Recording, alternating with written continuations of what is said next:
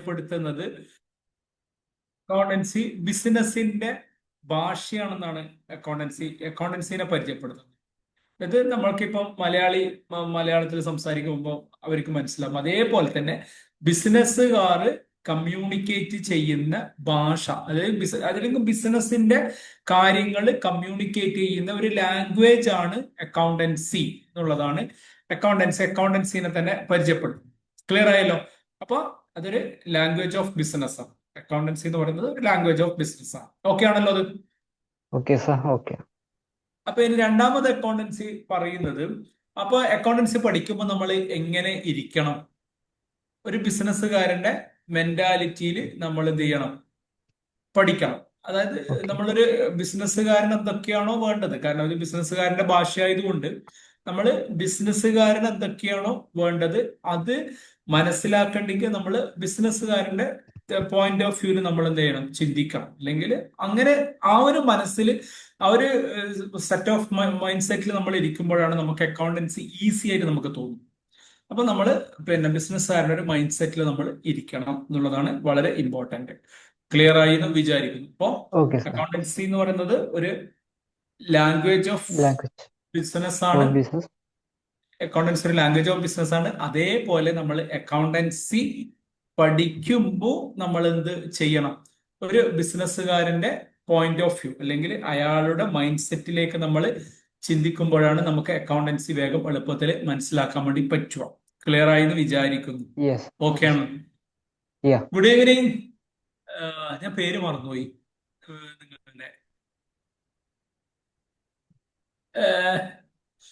എന്താ പേര് മോളെ? പിന്നെ ഇത് എൻ്റെ ഒരു ഫ്രണ്ടിന്റെ മോളാണ്. പിന്നെ ഓക്കെ പറഞ്ഞത്. അപ്പൊ ലാംഗ്വേജ് ഓഫ് ബിസിനസ് ആണ് അക്കൗണ്ടൻസി എന്ന് പറയുന്നത്. അപ്പൊ അത് ഇനി അക്കൗണ്ടൻസി എന്താണ് ചെയ്യുന്നത് എന്നുള്ളതാണ് ഇമ്പോർട്ടന്റ്. അതായത് അക്കൗണ്ടൻസി ലാംഗ്വേജ് ഓഫ് ബിസിനസ് ആകുമ്പോൾ അക്കൗണ്ടൻസി ചെയ്യുന്നത് ഒരു ബിസിനസ് ട്രാൻസാക്ഷൻ എന്ന് പറഞ്ഞാൽ സിമ്പിൾ ആണ്.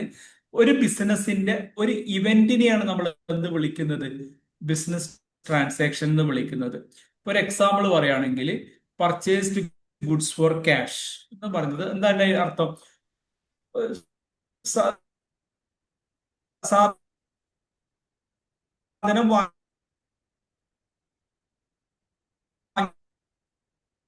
പൈസ കൊടുത്ത് സാധനം വാങ്ങി. ഇത് ബിസിനസ് വിളിക്കുന്ന പേരാണ്. വെക്കുന്ന ഒരു ഇവന്റ് ആണ്. ഇതിനെ വിളിക്കുന്ന പേരാണ് എന്തെന്ന്? Business transaction. പക്ഷെ ഞാൻ പറയുന്നത് കേൾക്കുന്നുണ്ടോ? ക്ലിയർ ആണോ? കേൾക്കുന്നുണ്ട്. ഇന്റർനെറ്റ് അൺസ്റ്റേബിൾ ആണെന്ന് പറഞ്ഞിട്ട് ഒരു മെസ്സേജ് വന്നു. അപ്പൊ ഇതിനെയാണ് നമ്മൾ പറയുന്നത് ബിസിനസ് ട്രാൻസാക്ഷൻ എന്ന് പറയുന്നത് paid by cash. Travelling expense കൊടുത്തു. ഇപ്പൊ ഓക്കെ ആണല്ലോ? Travelling expenses paid by cash ഉള്ളത് ഒരു ബിസിനസ് ഇവന്റ് ആണ്. ഇതിനെയാണ് നമ്മൾ എന്ത് വിളിക്കുന്നത്? ബിസിനസ് ട്രാൻസാക്ഷൻ എന്ന് പറയുന്നത്. അപ്പൊ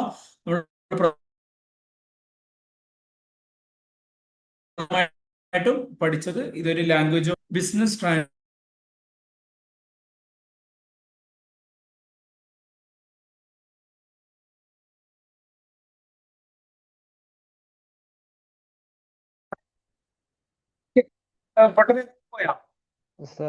കട്ടായിരുന്നു. ഓക്കെ, ഇപ്പം ക്ലിയർ ആണല്ലോ? എനിക്കൊന്ന് നെറ്റ് വൈകുന്നേരം ആകുമ്പോൾ എന്തോ ഇഷ്യൂസ് ആകുന്നുണ്ടോ സംശയമുണ്ട്. നേരത്തെ ഒന്നും പ്രശ്നം ഉണ്ടായിട്ടില്ല. ഇപ്പൊ എനിക്കൊന്നും എന്തോ പ്രോബ്ലം ഉണ്ടോ എന്ന് അറിയത്തില്ല. ഓക്കെ, അപ്പോ ബിസിനസ് ട്രാൻസാക്ഷൻസ് ക്ലിയർ ആയി. ലാംഗ്വേജ് ഓഫ് ബിസിനസ് ആണെന്ന്. ഇനി എന്താണ് ഈ അക്കൗണ്ടൻസി ചെയ്യുന്നതെന്ന് വെച്ചാൽ ഈ ബിസിനസ് ട്രാൻസാക്ഷൻ, അതായത് ഈ ഒരു ട്രാൻസാക്ഷൻ എന്ത് ചെയ്യും? ക്ലാസിഫൈ, റെക്കോർഡ് ചെയ്യും ആദ്യം. അതായത് ഈ ബിസിനസ് ട്രാൻസാക്ഷൻ എന്ത് ചെയ്യും? അക്കൗണ്ടൻസി റെക്കോർഡ് ചെയ്യും. അത് കഴിഞ്ഞിട്ടാകുമ്പോൾ അതിനെ ക്ലാസിഫൈ ചെയ്യും.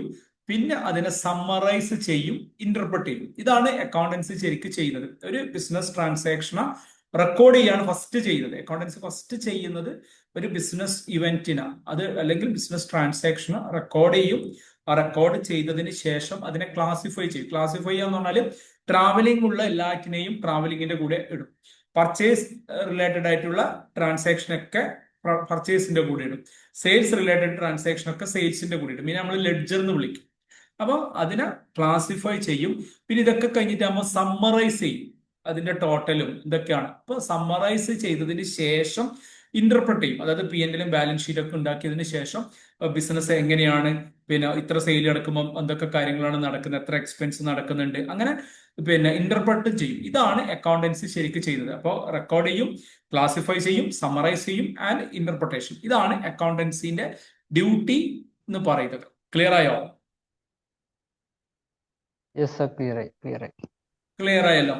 ഇനി അക്കൗണ്ടൻസി പഠിക്കുമ്പോൾ നമുക്ക് എപ്പോഴും കൺഫ്യൂഷൻസ് ഉള്ള ഒരു സംഭവമാണ് പിന്നെ ഈ ഡെബിറ്റ് ക്രെഡിറ്റ്. അക്കൗണ്ടൻസിന്റെ മെയിൻ റോൾ എന്ന് പറയുന്നത് ഡെബിറ്റ് ക്രെഡിറ്റ് എന്ന് പറയുന്ന ഒരു സംഭവം മനസ്സിലാക്കുക എന്നുള്ളത് വളരെ ഇമ്പോർട്ടന്റ് ആയിട്ടുള്ള ഒരു സംഭവമാണ്. അതിന് മുമ്പ് പിന്നെ ഞാൻ കുറച്ച് കാര്യങ്ങൾ എക്സലിൽ കാണിച്ചു തരാം. അപ്പൊ അത് എന്താണെന്നൊന്ന് പറയണം. ഓക്കെ, ഒരു minute.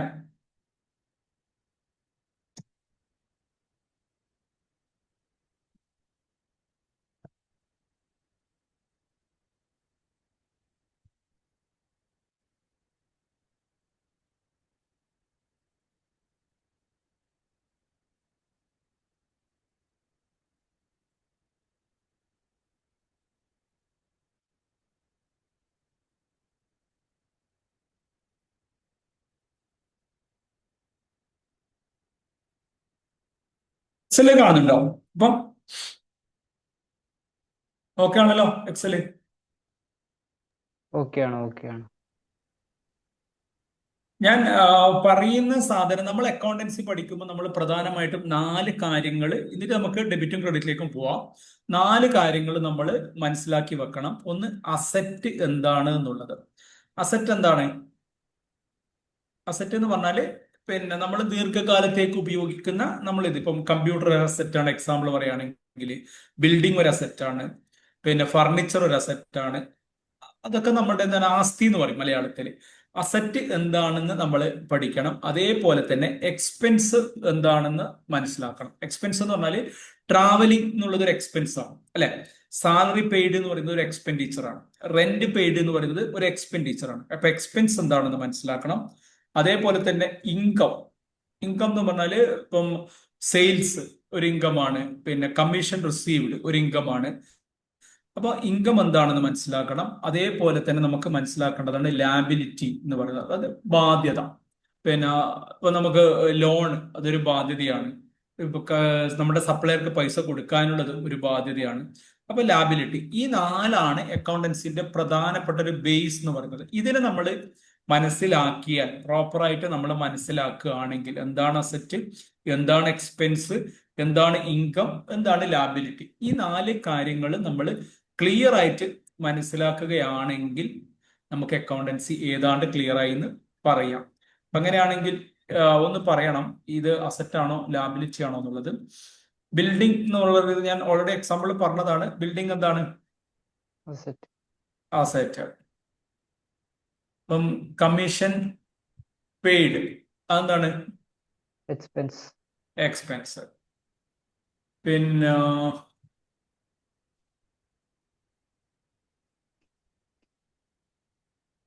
Loan received from Raju, ഇതെന്താണ്? Raju loan liability. രാജു നമ്മൾ തിരിച്ചു കൊടുക്കണം. അപ്പൊ അത് ലാബിലിറ്റി ആണ്. അപ്പൊ ഏതാണ്ട് അറിയാം, ഞാൻ ഏതാണ്ട് എക്സാമ്പിൾ നിങ്ങളോട് ഏതാണ്ടെല്ലാം സൂചിപ്പിച്ചിരുന്നു. അപ്പൊ ഇതിനെ നമ്മൾ ശരിക്കും മനസ്സിലാക്കിയിട്ട് വേണം നമ്മൾ എന്തിലേക്ക് പോകേണ്ടത്, ഡെബിറ്റ് ക്രെഡിറ്റ് എന്നുള്ള ഇതിലേക്ക് പോകേണ്ടത്. അപ്പൊ ആദ്യം നമ്മൾ പഠിക്കുന്നത് റിയൽ അക്കൗണ്ട് ആണ്. റിയൽ അക്കൗണ്ട്സിൽ ഡെബിറ്റ് എന്താണ്, ക്രെഡിറ്റ് എന്താണ് എന്നുള്ളതാണ് പഠിക്കുന്നത്. റിയൽ അക്കൗണ്ടിൽ വാട്ട് കംസ് ഇൻ, അതായത് എന്തൊക്കെ നമ്മൾ അടുത്തേക്ക് വരുന്നോ ഇതിനെ നമ്മൾ എന്ത് ചെയ്യണം, ഡെബിറ്റ് ചെയ്യണം എന്നാണ് റിയൽ അക്കൗണ്ട് പറയുന്നത്. വാട്ട് ഗോസ് ഔട്ട് ക്രെഡിറ്റ് ചെയ്യണം എന്നാണ് റിയൽ അക്കൗണ്ടിൽ പറയുന്നത്. ഓക്കെ, അതായത് നമ്മളടുത്തേക്ക് വരുന്ന സാധനത്തിന് നമ്മൾ എന്ത് ചെയ്യണം, ഡെബിറ്റ് ചെയ്യണം. നമ്മളിൽ നിന്ന് പോകുന്ന സാധനത്തിന് നമ്മൾ എന്ത് ചെയ്യണം, ക്രെഡിറ്റ് ചെയ്യണം എന്നാണ് റിയൽ അക്കൗണ്ടിന്റെ റൂള്. അങ്ങനെയാണെങ്കിൽ പർച്ചേസ്ഡ് ഗുഡ്സ് ഫോർ ക്യാഷ് എന്നുള്ളത് വരുമ്പോ എന്തായിരിക്കും ഡെബിറ്റ് ചെയ്യേണ്ടത്, എന്തായിരിക്കും ക്രെഡിറ്റ് ചെയ്യേണ്ടത്? റിയൽ അക്കൗണ്ടിന്റെ പോയിന്റ് ഓഫ് വ്യൂല് പർച്ചേസ്ഡ് ഗുഡ്സ് ഫോർ ക്യാഷ്, അപ്പൊ എന്തായിരിക്കും ഡെബിറ്റിൽ വരിക? അപ്പൊ എന്താണ് നമ്മുടെ അടുത്തേക്ക് വരുന്നത്? അതിനെ നമ്മൾ ഡെബിറ്റ് ചെയ്യാനാണ് പറഞ്ഞത്. അപ്പൊ ഗുഡ്സ് ആണ് നമ്മുടെ അടുത്തേക്ക് വരുന്നത്, അല്ലെ? അപ്പൊ ഗുഡ്സിനെ നമ്മൾ എന്ത് ചെയ്യണം? ഡെബിറ്റ് ചെയ്യണം. നമ്മുടെ അടുത്തേക്ക് നമ്മളിത് എന്താണോ പോകുന്നത്, ക്യാഷ് ആണ് നമ്മുടെ അടുത്ത് പോകുന്നത്. അപ്പൊ ക്യാഷിന് എന്ത് ചെയ്യണം? ക്രെഡിറ്റ് ചെയ്യണം. അപ്പൊ ഗുഡ്സ് എന്ന് പറയുന്നതിന് പകരം നമുക്ക് പർച്ചേസ് അക്കൗണ്ട് എത്താം.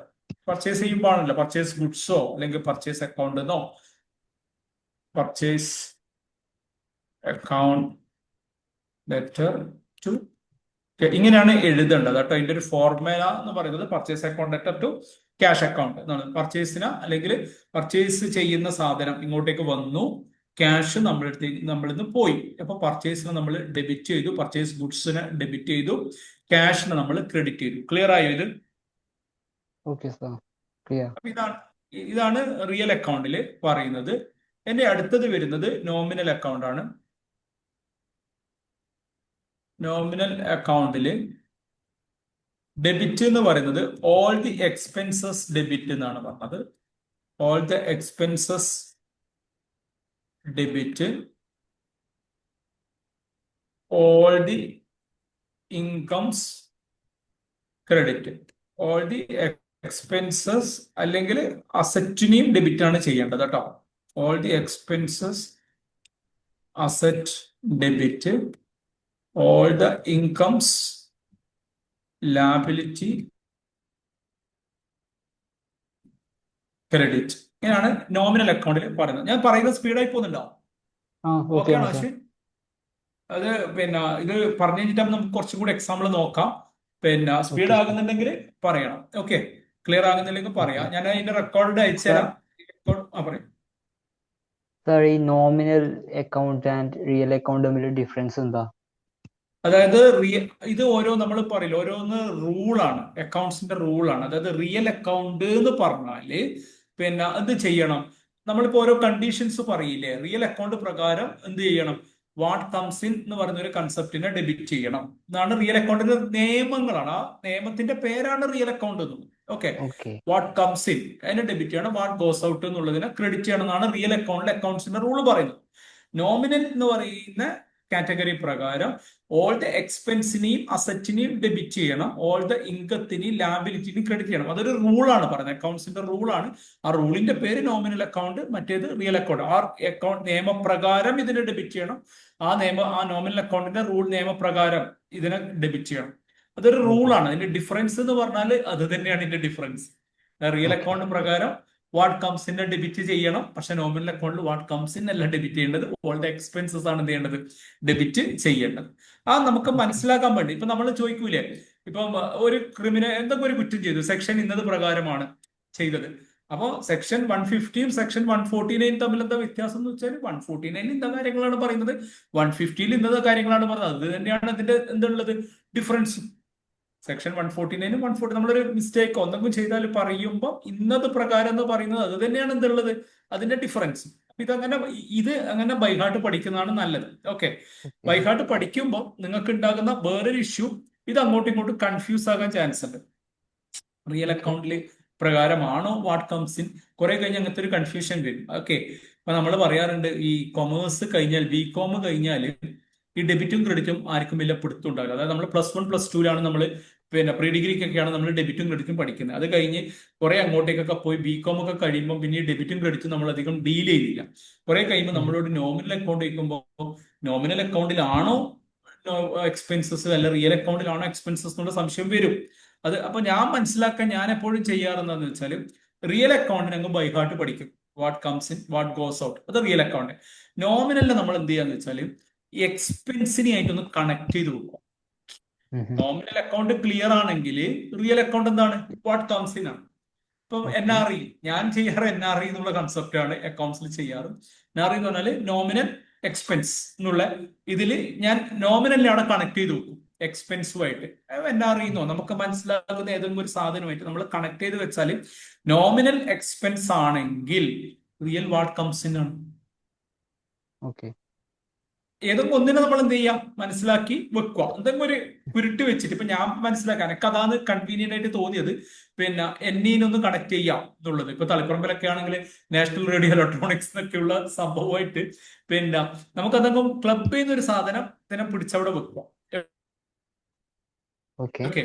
അപ്പൊ നമുക്ക് നോമിനൽ എക്സ്പെൻസ് എന്നുള്ളൊരു കൺസെപ്റ്റിൽ എന്തെങ്കിലും നമുക്ക് കണക്ട് ചെയ്യുന്ന ഒരു സാധനം വെച്ചാൽ റിയൽ ഓട്ടോമാറ്റിക്കലി എന്തായി, മറ്റേത് മാത്രം പിന്നെ ഓർമ്മിച്ചാൽ പോരെ, ഇതല്ലെങ്കിൽ പിന്നെ റിയൽ അതന്നെ.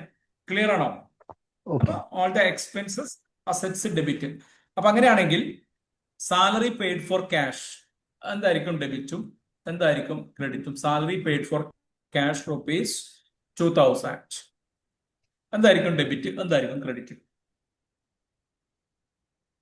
ഇത് രണ്ടും കൂടി ക്ലബ് ചെയ്യേണ്ടി വരും. റിയലും നോമിനലും എല്ലാം ഉണ്ടാവും. ഇനി ഇപ്പൊ പേഴ്സണൽ അക്കൗണ്ടും കൂടി പറഞ്ഞാല് ഈ മൂന്നിന്റെയും ക്ലബിംഗ് ആയിരിക്കും നടക്കുക. ഒരു അക്കൗണ്ട് മാത്രമായിരിക്കില്ല നോക്കേണ്ടി വരിക. Salary paid for cash rupees 2000 ഏതായിരിക്കും ഡെബിറ്റ്, ഏതായിരിക്കും credit? Salary account salary account account debit. ഇങ്ങനെയാണ് നമ്മൾ എഴുതേണ്ട ഒരു ഫോർമാറ്റ് കേട്ടോ. അങ്ങനെ ഒരു കുത്തല്ലിടുക DA. ഓക്കെ. ഇതാണ് ഇതിന്റെ ഒരു ഫോർമാറ്റ് നമ്മൾ എഴുതുന്നത്. Okay. Salary account okay. Letter, പിന്നെ ഈ ഏതിനെ ക്രെഡിറ്റ് ക്യാഷ് ടു ക്യാഷ്. അപ്പൊ ഇതിൽ നമ്മൾ എന്താണെന്ന് വെച്ചാൽ കുറച്ച് സ്പേസ് കൊടുത്തിട്ട് സാലറിന്റെ മിഡിലിൽ 2 എന്ന് കൊടുക്കണം. Okay. Okay two sir. Cash. ഇങ്ങനെയാണ് ഇതിന്റെ ഒരു ഫോർമാറ്റ്. ഇപ്പൊ 2000 രൂപയാകുമ്പോൾ ഡെബിറ്റിന്റെ കോളത്തിൽ 2000 ഇടും, പിന്നെ ക്രെഡിറ്റിന്റെ കോളത്തിൽ 2000. ഇങ്ങനെയാണ് നമ്മളൊരു ജേർണലൈസ് ചെയ്യാന്ന് പറയും ഇതിനാ. പിന്നെ salary account letter to cash ഈ ഒരു ഫോർമുലയിലേക്ക് നമ്മൾ എഴുതണം. ഓക്കെ. ഇതിന്റെ അർത്ഥം എന്താണ്? സാലറി കൊടുത്തു, 2000 രൂപ സാലറി ക്യാഷ് ആയിട്ട് കൊടുത്തു. ഓക്കെ. എന്തുകൊണ്ടാണ് സാലറിനെ ഡെബിറ്റ് ചെയ്തത്? എന്തുകൊണ്ടാണ് ക്യാഷിനെ ഡെബിറ്റ് ചെയ്യാതിരുന്നത്? എന്തുകൊണ്ട് സാലറിനെ ഡെബിറ്റ് ചെയ്തു? എന്താ റീസൺ സാലറിനെ ഡെബിറ്റ് ചെയ്യാൻ? അശ്വിൻ, എന്തുകൊണ്ടാണ് സാലറിനെ ഡെബിറ്റ് ചെയ്യണമെന്ന് പറഞ്ഞത്? Rules, according to rules, nominal rules വെച്ചിട്ട് നോമിനൽ റൂൾസിൽ എന്ത് പറയുന്നു? എക്സ്പെൻസിനെ എക്സ്പെൻസ് ഡെബിറ്റ് ചെയ്യണം എന്ന് പറയുന്നു അല്ലെ? എക്സ്പെൻസിനെ ഡെബിറ്റ് ചെയ്യണം എന്ന് പറഞ്ഞത് കൊണ്ട് സാലറിനെ എന്ത് ചെയ്തു? ഡെബിറ്റ് ചെയ്തു. എന്തുകൊണ്ട് ക്യാഷിനെ ക്രെഡിറ്റ് ചെയ്തു? ക്യാഷ് കയ്യിൽ നിന്ന് പോവല്ലേ ചെയ്യുന്നത്. വാട്ട് ഗോസ് ഔട്ട് എന്നുള്ള കൺസെപ്റ്റിൽ അല്ലെ? അതുകൊണ്ട് നമ്മൾ എന്ത് ചെയ്തു? ക്യാഷിനെ ക്രെഡിറ്റ് ചെയ്തു. അപ്പൊ നമ്മൾ ഇതിനെ നമ്മൾ ഒരു നരേഷൻസ് എന്ന് പറഞ്ഞിട്ട് കേട്ടിട്ടുണ്ടോ എന്ന് അറിയില്ല. നരേഷൻ എന്ന് പറഞ്ഞാല് ഇതാണ് transaction. Salary paid for cash, അത് ട്രാൻസാക്ഷൻ. അത് നമ്മൾ ജേർണലൈസ് ചെയ്തു. Salary account letter to cash. ഇനി നമ്മൾ എന്ത് ചെയ്യണമെന്ന് വെച്ചാൽ നരേഷൻസ് എഴുതണം. നരേഷൻ എന്തിനാ എഴുതുന്നത് വെച്ചാൽ എല്ലാവർക്കും എന്ത് അറിയണമെന്നില്ല. ജേർണൽ നോക്കിയാലൊന്നും മനസ്സിലാവില്ല അല്ലെ? ഇപ്പം ഒരു കൊമേഴ്സ് അറിയാതെ ഒരാള് അവർക്ക് ചിലപ്പോൾ എന്ത് ചെയ്യില്ല, ജേർണൽ നോക്കിയാൽ മനസ്സിലാവില്ല. അപ്പൊ അങ്ങനെയുള്ളവർക്ക് എളുപ്പത്തിൽ മനസ്സിലാക്കാൻ വേണ്ടിയാണ് നമ്മൾ എന്ത് കൊടുക്കുന്നത്? നരേഷൻ കൊടുക്കുന്നത്. നരേഷൻ കൊടുത്താൽ നമുക്ക് മനസ്സിലാകും ഇതാണ് ഈ സംഭവം നടന്നത് എന്നുള്ളത്. അപ്പൊ ഇങ്ങനെയാണ് നരേഷൻ തുടങ്ങേണ്ടത്. Being the salary paid for cash. കാരണം ഇപ്പൊ ഞാൻ ₹2000 ഒന്നും അത് എഴുതിയിട്ടെങ്കിൽ വലിയ പ്രശ്നമില്ല. എന്തുകൊണ്ടാന്ന് വെച്ചാൽ ഇപ്പൊ ഈ നമ്മളിവിടെ പഠിക്കുന്നതുകൊണ്ടാണ് നമ്മൾ ഇവിടെ ഒരു ക്വസ്റ്റ്യൻ ഇട്ടത്. നമുക്ക് എപ്പോഴും ഒന്നും ഉണ്ടാവില്ല, ക്വസ്റ്റ്യൻ ഒന്നും ഉണ്ടാവില്ല ഒരു ബിസിനസിന്റെ. അപ്പൊ ചിലവർ നോക്കും ഇത് മാത്രം salary account letter to cash. അവർക്ക് അറിയണമെന്നില്ല സാലറിന് എന്തുകൊണ്ട് ഡെബിറ്റ് ചെയ്യണം, ക്യാഷിന് എന്തുകൊണ്ട് ക്രെഡിറ്റ് ചെയ്യണം എന്ന് അവർക്ക് അറിയില്ല. ഇതെന്താ സംഭവം എന്ന് അവർക്ക് മനസ്സിലാവില്ല, അക്കൗണ്ട്സ് അറിയാത്തവര്. അപ്പൊ ഈ നരേഷൻ നോക്കി അവർക്ക് മനസ്സിലാവും സാലറി ക്യാഷ് ആയിട്ട് അടച്ചു, അതാണ് ഇവരിങ്ങനെ ചെയ്തത് എന്ന് മനസ്സിലാവും. ക്ലിയർ ആണോ? ഓക്കെ. അപ്പൊ അതിനാണ് നരേഷൻ എന്ന് വിളിക്കുന്നത്. നരേഷൻ എന്ന് പറഞ്ഞാല് പിന്നെ ആ ട്രാൻസാക്ഷൻ കൊണ്ട് എന്താണ് അർത്ഥമാക്കുന്നത്. ഇപ്പൊ നോൺ കോമേഴ്സുകാർക്കോ അക്കൗണ്ടൻസി അറിയാത്തവർക്കോ ആ ട്രാൻസാക്ഷനെ മനസ്സിലാക്കാൻ വേണ്ടിയാണ് നമ്മൾ നരേഷൻസ് കൊടുക്കുന്നത്. ഇനി പേഴ്സണൽ അക്കൗണ്ടും കൂടി പറഞ്ഞിട്ട് നമുക്ക് പിന്നെ ഇതാക്കാം. 3 എന്നുള്ളത് ഒന്ന് റിയല്, നോമിനല്, ഇനി പേഴ്സണൽ അക്കൗണ്ട്. ഓക്കെ. പേഴ്സണൽ അക്കൗണ്ടില് ഡെബിറ്റ് എന്ന് പറഞ്ഞാല് who is the receiver debit? ആരാണോ പിന്നെ സ്വീകരിക്കുന്ന ആളെയാണ് നമ്മൾ എന്ത് വിളിക്കുന്നത്? സ്വീകരിക്കുന്ന ആളെ നമ്മൾ എന്ത് ചെയ്യണം? ഡെബിറ്റ് ചെയ്യണം. Who is the receiver debit, who is the giver credit. തരുന്നവരെ ക്രെഡിറ്റ് ചെയ്യണം, റിസീവ് ചെയ്യുന്നവരെ ഡെബിറ്റ് ചെയ്യണം എന്നാണ് പറഞ്ഞത്. അപ്പൊ അങ്ങനെ ആകുമ്പോൾ പിന്നെ ഇപ്പം എമൗണ്ട് റിസീവ്ഡ് ഫ്രം രാജേഷ് എന്ന് പറഞ്ഞാല് രാജേഷ് ആരാണ്? എമൗണ്ട് റിസീവ്ഡ് ഫ്രം രാജേഷ് എന്ന് പറഞ്ഞാൽ രാജേഷ് ഗിവർ ആണ്. അപ്പൊ ഡെബിറ്റ്. രാജേഷ് എന്ത് ചെയ്യണം? ക്രെഡിറ്റ് ചെയ്യണം. ഏതിനെ ഡെബിറ്റ് ചെയ്യണം? Amount received from Rajesh ₹5,000. Okay. അപ്പൊ ഇതിൽ എന്തായിരിക്കും ഡെബിറ്റും ക്രെഡിറ്റും വരിക? എന്തായിരിക്കും ഡെബിറ്റും ക്രെഡിറ്റും വരിക? രാജേഷിനെ ക്രെഡിറ്റ് ചെയ്യണം. ക്ലിയർ ആണല്ലോ? കാരണം രാജേഷ് ആണ് giver. As per personal account പ്രകാരം ഗിവറെ ക്രെഡിറ്റ് ചെയ്യണം എന്നാണ് പറഞ്ഞത്. ഏതിനെ ഡെബിറ്റ് ചെയ്യണം?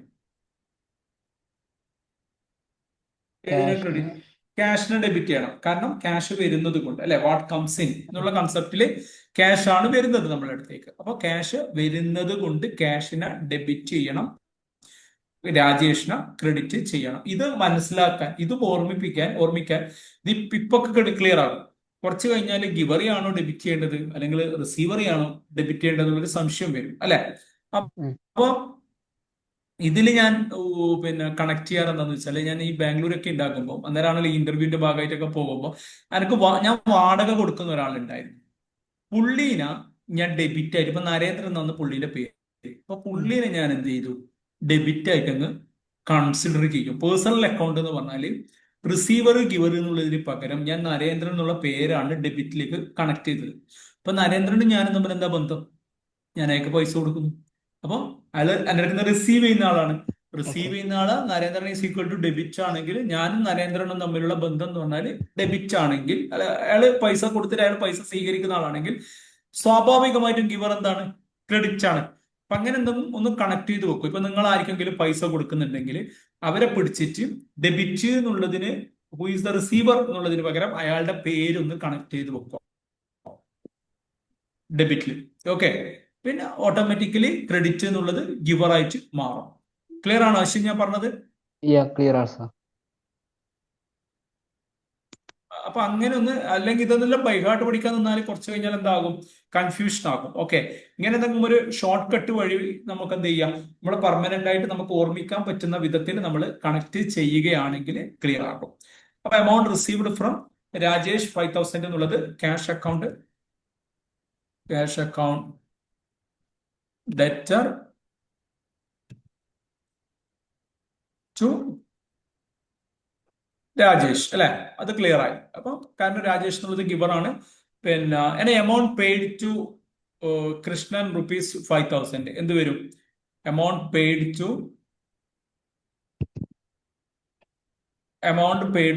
Krishna ₹5,000. Amount paid to Krishna ₹5,000. എന്താ ഡെബിറ്റും ക്രെഡിറ്റും വരുമോ? ഡെബിറ്റ് കൃഷ്ണൻ. എന്തുകൊണ്ട്? റിസീവർ അല്ലെ. വാങ്ങുക. റിസീവർ ഡെബിറ്റ് ചെയ്യണമെന്ന് പറഞ്ഞു. അതെ. ഇനി ആരെ ക്രെഡിറ്റ് ചെയ്യണം? ക്യാഷിന്. ക്യാഷ് എന്തുകൊണ്ട് ക്രെഡിറ്റ് ചെയ്തു? വാട്ട് ഗോസ് ഔട്ട്, കയ്യിൽ നിന്ന് പോകുന്നുണ്ട്. ഓക്കെ. അപ്പൊ ഏതാണ്ട് ഡെബിറ്റും ക്രെഡിറ്റും ക്ലിയർ ആയി എന്ന് വിചാരിക്കുന്നു. ഞാൻ കുറച്ച് ക്വസ്റ്റ്യൻസ് നിങ്ങൾക്ക് ഞാൻ അയച്ചു തരാം. ഓക്കെ. ഷമാനത്തിൻ്റെലേക്ക് അയച്ചു തരാം. അപ്പൊ അതൊന്ന് ഡെബിറ്റും ക്രെഡിറ്റും ഒന്ന് നോക്കണം. ഇനി പിന്നെ ഉള്ളത് നമ്മൾ ബാങ്കിങ് ട്രാൻസാക്ഷന്റെ ഡെബിറ്റും ക്രെഡിറ്റും ആണ് നോക്കേണ്ടത്. ബാങ്കിങ് ട്രാൻസാക്ഷനിൽ ഇപ്പം ക്യാഷ് ഡെപ്പോസിറ്റഡ് ടു ബാങ്ക് എന്ത് എൻട്രി വരും? Cash deposited to bank ₹5,000. ഇതിന്റെ അർത്ഥം നമ്മൾ ക്യാഷ് ഡെപ്പോസിറ്റ് ചെയ്തു ബാങ്കിലേക്ക്, പിന്നെ ക്യാഷ് ഡെപ്പോസിറ്റ് ചെയ്തു. ഇതിൽ എന്താണ് ഡെബിറ്റ്, എന്താണ് credit? Bank debit, cash credit. അതെങ്ങനെയാ ബാങ്ക് ഡെബിറ്റ്?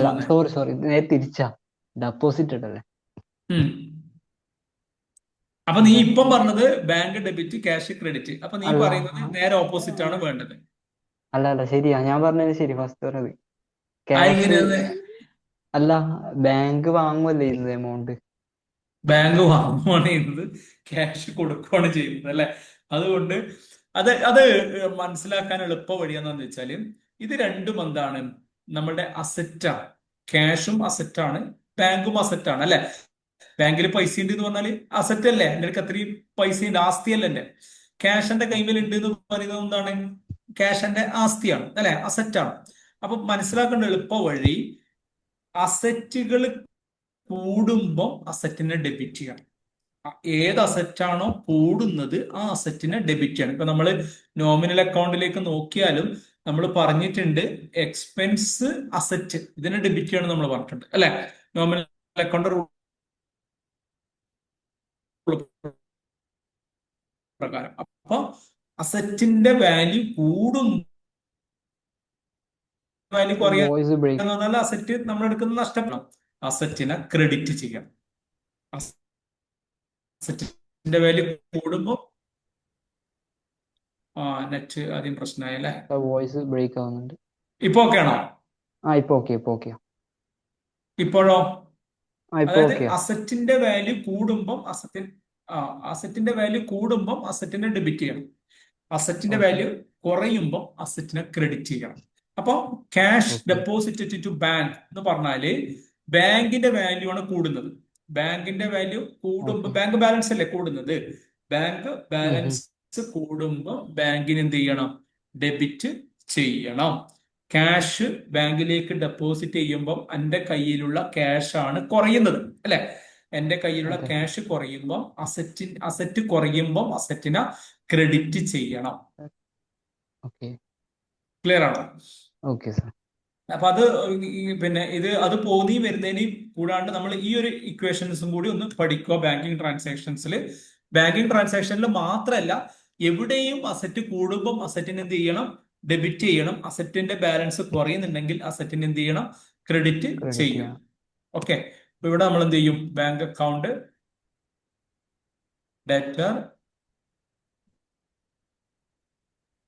ടു ക്യാഷ് അല്ലെ, ബാങ്കിനെ ഡെബിറ്റ് ചെയ്യുന്നു, ക്യാഷിനെ ക്രെഡിറ്റ് ചെയ്യുന്നു. അങ്ങനെയാണെങ്കിൽ ക്യാഷ് വിഡ്രോൺ ഫ്രം ബാങ്ക് 10,000 എന്ത് ചെയ്തു?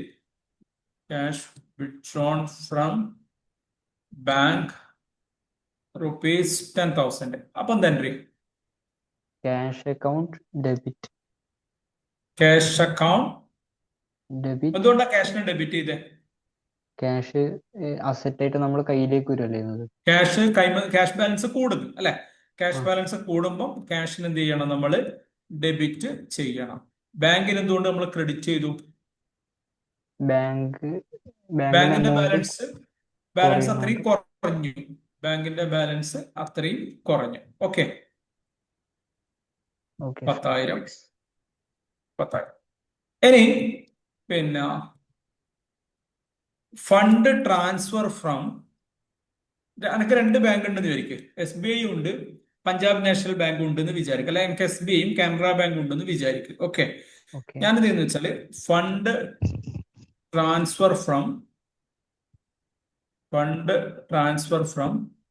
SBI to State Bank to Canara ബാങ്കിലേക്ക് ഞാൻ മാറ്റും 5,000. ഓക്കെ. അപ്പൊ ഇവിടെ ഞാൻ എന്ത് ഡെബിറ്റ് ചെയ്യും, എന്ത് ക്രെഡിറ്റ് ചെയ്യും? ഇതും രണ്ടും അസറ്റാണ്. SBIയും എന്നെ സംബന്ധിച്ച് ഒരു അസറ്റാണ്, കാനറ ബാങ്കും എന്നെ സംബന്ധിച്ച് അസറ്റാണ്. ഓക്കെ. ക്യാഷിന് പകരം എന്താകുന്നു? രണ്ട് ബാങ്കുകൾ തമ്മിൽ, ഒന്ന് SBI, പിന്നെ SBIന്ന് ഞാൻ എന്ത് ചെയ്യുന്നു?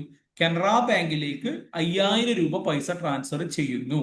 രണ്ടും എന്റെ ബാങ്കാണ്, രണ്ടും അസറ്റാണ്. അപ്പൊ ഏതിനെ ഡെബിറ്റ് ചെയ്യും, ഏതിനെ ക്രെഡിറ്റ് ചെയ്യും? Canara debit, SBI credit. അതായത് കാനറയുടെ ബാലൻസ് കൂടുന്നു, SBIന്റെ ബാലൻസ് കുറയുന്നു അല്ലെ. അപ്പൊ അതുകൊണ്ട് കാനറനെ നമ്മൾ ഡെബിറ്റ് ചെയ്യും 5,000. ഇതിനെ നമ്മൾ അക്കൗണ്ടൻസിന്റെ ഭാഷയിൽ വേറൊരു പേരും കൂടി വിളിക്കും, പിന്നെ കോൺട്രാ എൻട്രി എന്ന് വിളിക്കും. കോൺട്രാ എൻട്രി അറിയോ എന്ന് ചോദിച്ചാൽ ഇതാണ് കോൺട്രാ എൻട്രി. കോൺട്രാ എൻട്രി എന്ന് പറഞ്ഞാല് fund transfer from bank to bank, cash to bank, bank to cash, cash to cash. ഇതിനെയാണ് നമ്മൾ എന്ത് വിളിക്കുന്നത്? കോൺട്രാ എൻട്രി എന്നത്. കോൺട്രാ എൻട്രി എന്ന് പറഞ്ഞാല് fund transfer from bank to bank, രണ്ട് ബാങ്കുകൾ തമ്മിൽ, അതായത് രണ്ടും എന്റെ പേരിലുള്ള ബാങ്കിന്റെ ആയിരിക്കണേ. Bank to bank, cash to bank, bank to cash, cash to cash. ഈ ഒരു 4 കൺസെപ്റ്റിലാണ് കോൺട്രാ എൻട്രി എന്ന് വിളിക്കുന്നത്. ഇതൊക്കെ നമ്മൾ ഇന്റർവ്യൂവിനൊക്കെ പോകുമ്പോൾ മെയിൻ ആയിട്ട് ചോദിക്കുന്ന ക്വസ്റ്റ്യൻസ് ആണ്. പിന്നെ നമ്മൾ കുറച്ചും കൂടി അക്കൗണ്ടൻസി അഡ്വാൻസ് ലെവലിൽ പോകുമ്പോൾ ചോദിക്കും, ഈ കോൺട്രാ എൻട്രി മിസ്സായത് കൊണ്ട് നിങ്ങളുടെ P&L-നെയോ ബാലൻസ് ഷീറ്റിനെയോ എങ്ങനെയെങ്കിലും ബാധിക്കുന്നുണ്ടോ എന്ന് ഇപ്പൊ നിങ്ങൾക്ക് പറഞ്ഞാൽ മനസ്സിലാവില്ല, ഞാൻ പിന്നീട് പറഞ്ഞുതരാം. അപ്പൊ മനസ്സിലാക്കും, ഇത് Okay. കോൺട്രാ എൻട്രി എന്ന് പറഞ്ഞാല് fund flow from cash to cash, bank to bank, cash to bank, bank to cash. Clear ആയോ? Yeah. ഇതിനെയാണ് കോൺട്രാ എൻട്രി എന്ന് വിളിക്കുന്നത്. അപ്പൊ ഇന്ന് പറഞ്ഞ കാര്യങ്ങള്, അസറ്റിനെ മനസ്സിലാക്കണം, എക്സ്പെൻസിനെ മനസ്സിലാക്കുക, ഇൻകം എന്താണെന്ന് മനസ്സിലാക്കുക, ലാബിലിറ്റി എന്താണെന്ന് മനസ്സിലാക്കുക. അപ്പോ ഹോംവർക്ക് എന്ന് പറയുന്നത് അടുത്ത ദിവസം വരുമ്പോൾ, അടുത്ത ദിവസം കുറച്ച് ദിവസം കഴിയും, പിന്നെ കുറച്ച് അസറ്റുകളുടെ ലിസ്റ്റ് എഴുതി വെക്കുക, എക്സ്പെൻസിന്റെ ലിസ്റ്റ് ഉണ്ടാക്കുക, ഓക്കെ, ഇൻകം, ലാബിലിറ്റി, ഇതിനൊരു നിങ്ങൾക്ക് അറിയാവുന്നതിന്റെ ഒരു ലിസ്റ്റ് ഉണ്ടാക്കുക. റിയൽ അക്കൗണ്ട് എന്താണെന്ന് മനസ്സിലായി, വാട്ട് കംസിനെ ഡെബിറ്റ് ചെയ്യണം, വാട്ട് ഗോസ് ഔട്ടിനെ ക്രെഡിറ്റ് ചെയ്യണം. പിന്നെ അപ്പോൾ നമ്മൾ 1-2 എക്സാമ്പിൾ, ഞാൻ പറ്റുമെങ്കിൽ ഒരു കാര്യം ചെയ്യാം അശ്വിൻ, പിന്നെ ഞാൻ നിഷ മാഡത്തിന്റെ വാട്സപ്പിലേക്ക് ഞാൻ കുറച്ച് ക്വസ്റ്റ്യൻസ് ഇടാം, ഓക്കെ. Okay, പിന്നെ sir. അപ്പൊ അതിന്റെ ഡെബിറ്റും ക്രെഡിറ്റും ഒക്കെ എന്ത് ചെയ്യണം, ഒന്ന് അനാലൈസ് ചെയ്തിട്ട് നോക്കണം. പിന്നെ ബിസിനസ് ട്രാൻസാക്ഷൻ എന്താണെന്ന് നമ്മൾ പറഞ്ഞിട്ടുണ്ടായിരുന്നു. എന്താണ് ബിസിനസ് ട്രാൻസാക്ഷൻ? എന്തായിരുന്നു Yes, sir. ബിസിനസ്സിൽ നടക്കുന്ന ഒരു ഇവന്റ്, അതിനെയാണ് നമ്മൾ ബിസിനസ് ട്രാൻസാക്ഷൻ എന്ന് വിളിക്കുന്നത്. ഇവന്റ് എന്ന് പറഞ്ഞാൽ ഇതൊക്കെ നമ്മൾ ഇന്ന് ഡിസ്കസ് ചെയ്തൊക്കെ ബിസിനസ്സിൽ നടക്കുന്ന ഒരു ഇവന്റ് ആണ്, Okay. അല്ലെ? പിന്നെ പർച്ചേസ്ഡ് ഗുഡ്സ് ആയാലും, പിന്നെ ക്യാഷ് ഡെപ്പോസിറ്റ് ആയാലും എല്ലാം ബിസിനസ്സിൽ നടക്കുന്ന ഇവന്റ് ആണ്. അതിനെയാണ് നമ്മൾ എന്ത് വിളിക്കുന്നത്? ബിസിനസ് ട്രാൻസാക്ഷൻ എന്ന് വിളിക്കുന്നത്.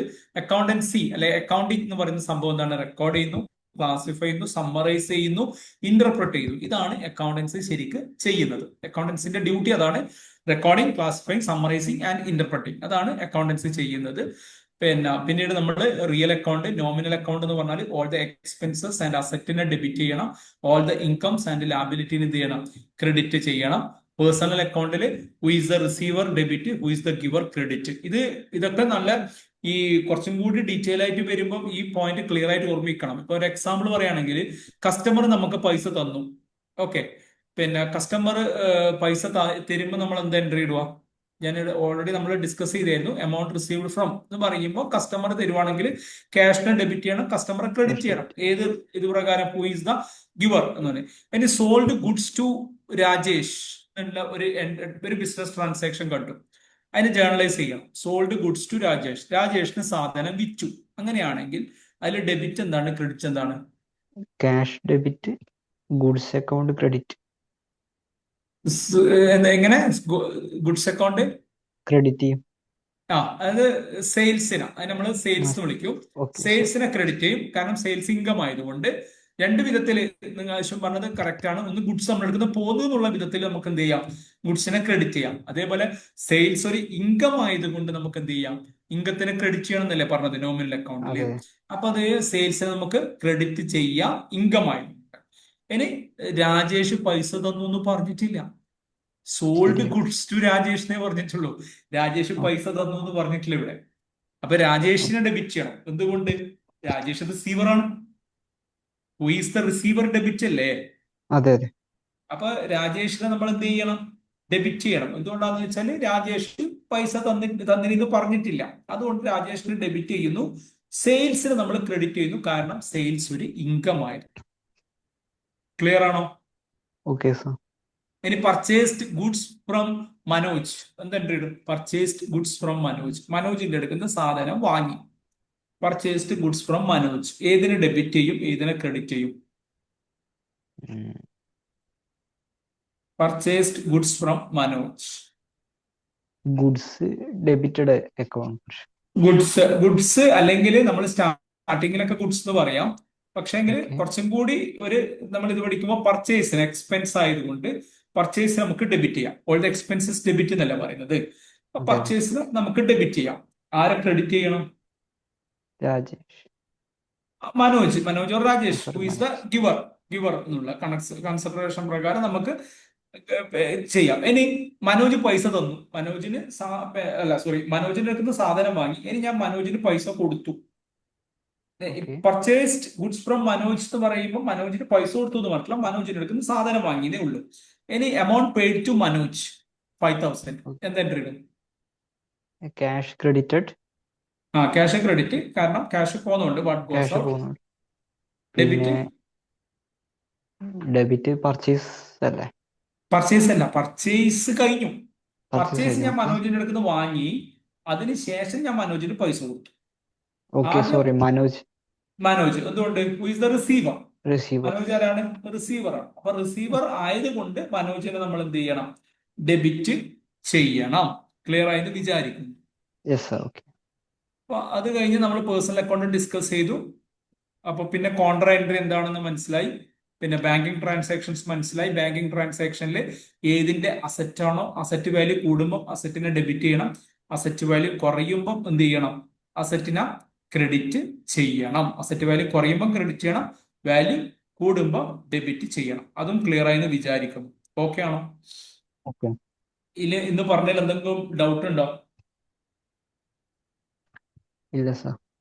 ഓക്കെ സർ, അല്ലേ? അപ്പൊ ഈ റൂൾസ് ഇല്ലേ, ഈ കോൺസെപ്റ്റ് റിയൽ ആ അക്കൗണ്ട്, നോമിനൽ ആ അക്കൗണ്ട്, ആ ആ അത് എല്ലാ ചാൻസസ്, അതായത് ഇപ്പോ ഒരു എൻട്രി തരുമ്പോ എല്ലായിലും ഈ 3 റൂൾസ് നോക്കണം?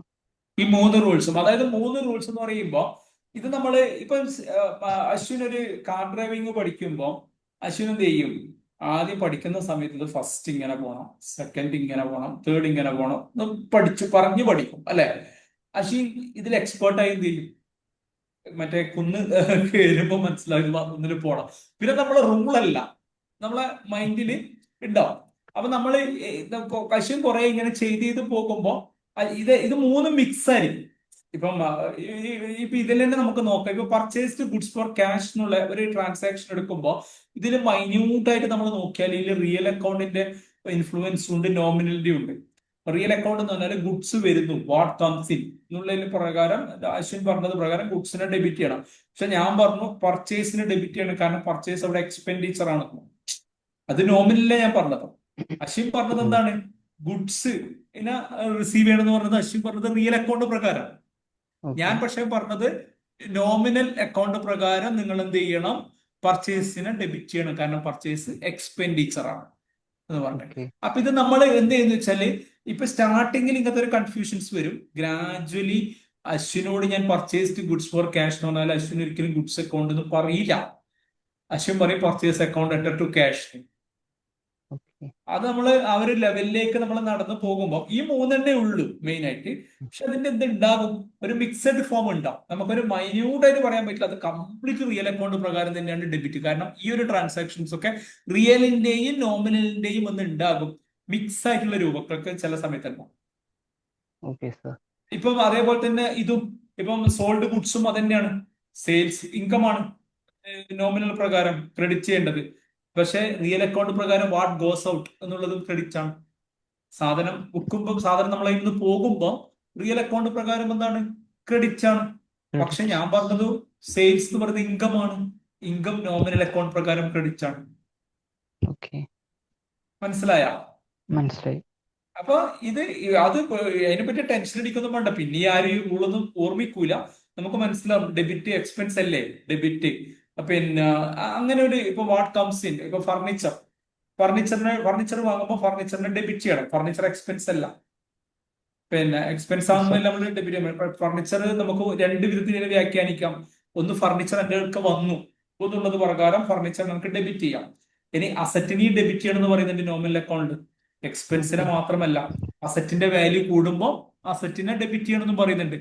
അപ്പൊ എന്റെ കൈമേൽ ഫർണിച്ചർ വരുമ്പോൾ എന്റെ കൈമേലുള്ള ഫർണിച്ചറിന്റെ വാല്യൂ കൂടുമല്ലേ ഇത്? അപ്പൊ ഫർണിച്ചർ ഞാൻ ഡെബിറ്റ് ചെയ്യണം, അസറ്റിനെ ഡെബിറ്റ് ചെയ്യണം, അസറ്റിന്റെ വാല്യൂ കൂടുമ്പോൾ. ഓക്കെ. പിന്നെ മറ്റേ റിയൽ അക്കൗണ്ട് പ്രകാരം ഫർണിച്ചറിനെ ഡെബിറ്റ് ചെയ്യണം. എന്തുകൊണ്ട്? ഫർണിച്ചറിന്റെ ടൈമിൽ വന്നു, വാട്ട് കംസ് ഇൻ, അതിനെ ഡെബിറ്റ് ചെയ്യണം. മനസ്സിലായോ? അപ്പൊ ഇങ്ങനെ ഒരു മിക്സഡ് ഫോം ഉണ്ടാവുക. അത് കുറെ കഴിഞ്ഞാൽ നിങ്ങൾക്ക് തന്നെ നോർമലൈസ് ചെയ്യും, ഇതിൽ തന്നെ ഡെബിറ്റ് ചെയ്യേണ്ടത്. അപ്പൊ അത് ഒന്നിക്ക് റിയൽ ആയിരിക്കാം, അല്ലെങ്കിൽ നോമിനൽ ആയിരിക്കാം. രണ്ടായാലും ഡെബിറ്റ് തന്നെയാണ് സംഭവിക്കുക. ക്ലിയർ ആയെന്ന് വിചാരിക്കുന്നു. എന്തെങ്കിലും സംശയം ഉണ്ടെങ്കിൽ ചോദിക്കാം കേട്ടോ. കാരണം പിന്നെ അങ്ങനെ ആകുമ്പോഴാണ് നമുക്ക് കുറച്ചും കൂടി ക്ലാരിറ്റി കിട്ടും. ഡൗട്ട്സ് ഉള്ളത് ചോദിക്കാം, എന്നെ കൊണ്ട് അറിയുന്ന വിധത്തിൽ പറഞ്ഞുതരാം. കാരണം ഇങ്ങനെയാണ് അതിന്റെ ഒരു കുറെ കഴിഞ്ഞാൽ നമ്മൾ എന്ത് ചെയ്യൂല എന്ന് വെച്ചാൽ, അതാ ഞാൻ തുടക്കത്തിൽ പറഞ്ഞത്. പിന്നെ ബികോം ഫൈനൽ കഴിയുമ്പോൾ നമുക്ക് എന്ത് മനസ്സിലാവില്ല? ഡെബിറ്റും ക്രെഡിറ്റും. കാരണം നമ്മളുടെ ഒരു ഇതുണ്ടാകും, പക്ഷെ ഡെബിറ്റും ക്രെഡിറ്റിന്റെ ഒന്നും റൂളൊന്നും പിന്നെ നമുക്ക് എന്തുണ്ടാവില്ല, ഓർമ്മയുണ്ടാവും. പിന്നെ അതാണ്. പക്ഷെ ചില ഡെബിറ്റും ക്രെഡിറ്റും ചെയ്യാൻ അറിയായിരിക്കും. ഇതിനെ ഡെബിറ്റ് ചെയ്യണം, ഇതിനെ ക്രെഡിറ്റ് ചെയ്യണം എന്നൊക്കെ നമുക്ക് അറിയായിരിക്കും. പക്ഷെ നമ്മളത് യൂസേജ് അധികം ഇതാകുന്നുണ്ട്, നമ്മളെ റൂളൊന്നും നമ്മുടെ കൈമിൽ മൈൻഡിൽ ഉണ്ടാവില്ല അധികം. പിന്നെ ഈ ഇന്റർവ്യൂവിന് പോകുമ്പോഴാണ് പിന്നെ ആദ്യം ഈ റൂളൊക്കെ ചോദിക്കാൻ തുടങ്ങും. ഇത് ഇന്റർവ്യൂ നിങ്ങൾ പോകുമ്പോൾ നിങ്ങളോട് ചോദിക്കും ഡെബിറ്റിന്റെ റൂൾ എന്ന റിയൽ അക്കൗണ്ട് പ്രകാരം എന്നുള്ളത്. അപ്പൊ നിങ്ങൾക്ക് അത് അറിയോ എന്നറിയാൻ വേണ്ടിയാ. Okay, okay sir. ക്ലിയർ ആയെന്ന് വിചാരിക്കുന്നു. ഇത്രയും കോൺട്രാ എൻട്രിയും യെസ്. ഒക്കെ ആണെന്ന് വിചാരിക്കുന്നു. ഞാനൊരു കാര്യം ചെയ്യാം, ഇതിന്റെ റെക്കോർഡഡ് ക്ലാസ് ഞാൻ അയച്ചു തരാം. പിന്നെ ഓക്കെ. കേട്ടു നോക്കുക. എന്തെങ്കിലും സംശയം ഉണ്ടെങ്കിൽ പിന്നെ എന്റെ നമ്പർ ഇല്ല, അശ്വിന്റെ കൈമേലും ഇല്ല, എനിക്ക് നമ്പർ ആ, ഉണ്ട് ഉണ്ട്. പേഴ്സണലി അയക്കാം മെസ്സേജ്. ഇപ്പം ഓക്കെ സർ. മാഡത്തിന്റെ അല്ലാണ്ട് വേണമെങ്കിൽ അയക്കാം, എനിക്ക് പ്രശ്നമൊന്നുമില്ല. Okay sir. ഓക്കെ, അല്ല എനിക്കൊരു ഹായ് അയച്ചാൽ ഞാൻ വേണമെങ്കിൽ അതിലേക്ക് ഡയറക്റ്റ് റെക്കോർഡ് അയക്കാം. Okay, okay sir. അപ്പൊ പിന്നെ ഇതാക്കണ്ട. ഓക്കെ എന്നാൽ. അപ്പൊ ഞാൻ അടുത്ത ക്ലാസ് ഞാൻ പറയാം. എനക്ക് മെസ്സേജ് അയക്കണം അശ്വിൻ, ഞാൻ നിനക്ക് യാ. കമ്മ്യൂണിക്കേറ്റ് ചെയ്താൽ പറയാം. Okay okay. ഓക്കെ എന്നാൽ thank you, good night. Okay. Good night sir. Okay.